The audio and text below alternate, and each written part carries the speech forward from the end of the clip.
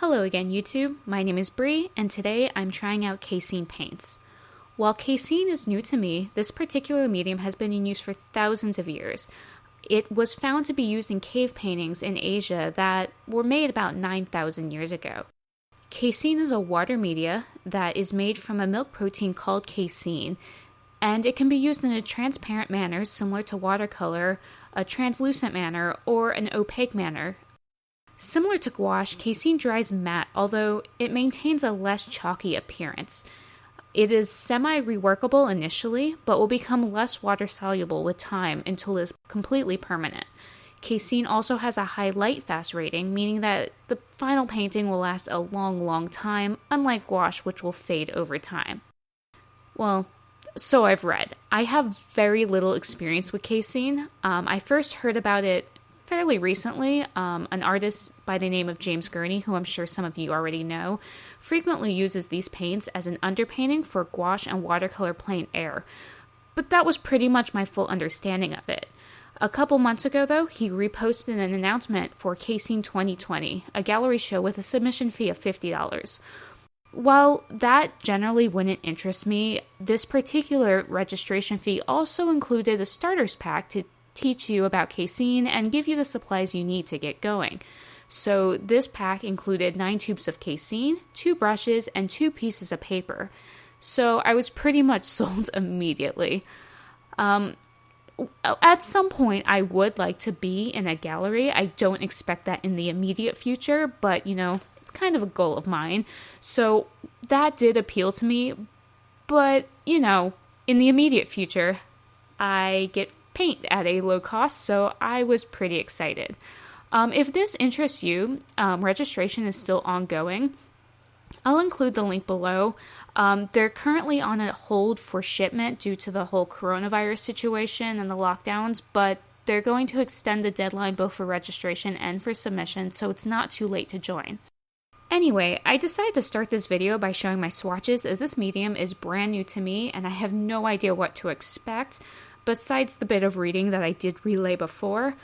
The top row of swatches shows the colors that came in the Casein 2020 starter pack. I did since order a couple more tubes of paint because I have zero self-control, and those I showed on the bottom row.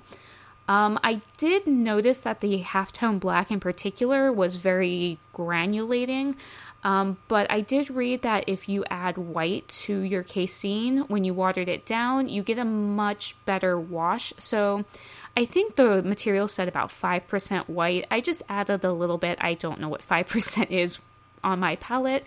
And it did seem to give a much more smooth overall texture, so something to play with. So some of my first reactions. First of all, casein smells amazing. It's made, I guess, with a deodorizer, but it ends up giving a very delicate and sweet fragrance that I love. I'm very sensitive to fragrances, but this is very light and not at all overwhelming. So yeah, very pleasant to work with. Casein dries very fast though. As someone who's used to watercolor and has only had some experience with gouache, I didn't really grasp how quickly it would dry. Luckily, I did decide to start with a piece of parchment paper on my palette because I also read that it could be very staining. And I was able to add a paper towel that I wet, so I think that did help slow down the drying process for the paints on my palette, but I very much saw it in my swatches and later in the painting. So, I don't know, stay wet palette probably will help, but otherwise, I guess I'll get used to it. I'm just used to infinitely reworkable media, I guess. Some of the paints came out of the tube very smooth and velvety, where others kind of came out a little bit more chunky. The burnt umber in particular was very not blended. It did start to work much more smoothly when I add a little water and mixed it up. It's just something I noticed, and that may be perfectly normal. It worked fine though, as far as I can tell, because once again, this is all new to me. One thing that really did surprise me though is when I was using a wet on wet technique, these paints have a really impressive flow to them. I didn't really expect that at all. I mean, some of my watercolors don't even flow this nicely. So very impressed there.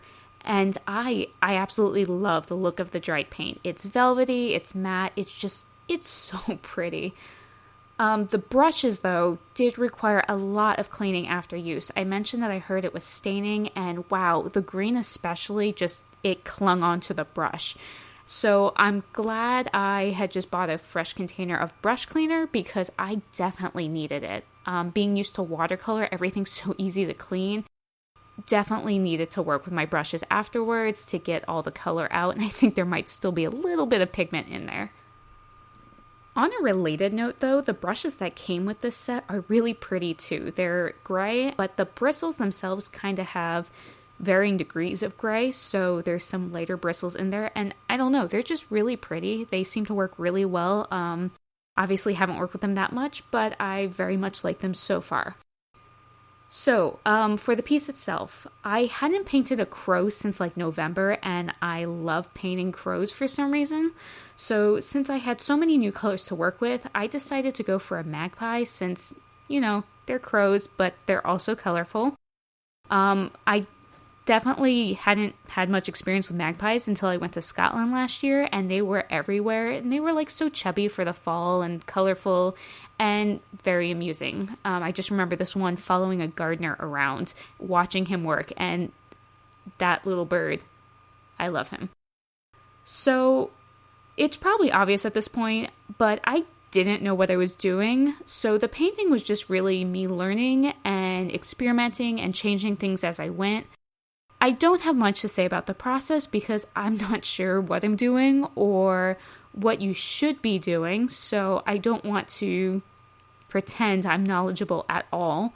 I did have to get past that mental barrier in the beginning that I guess I have some expectation of myself to know what I'm doing and put down something that looks good right away.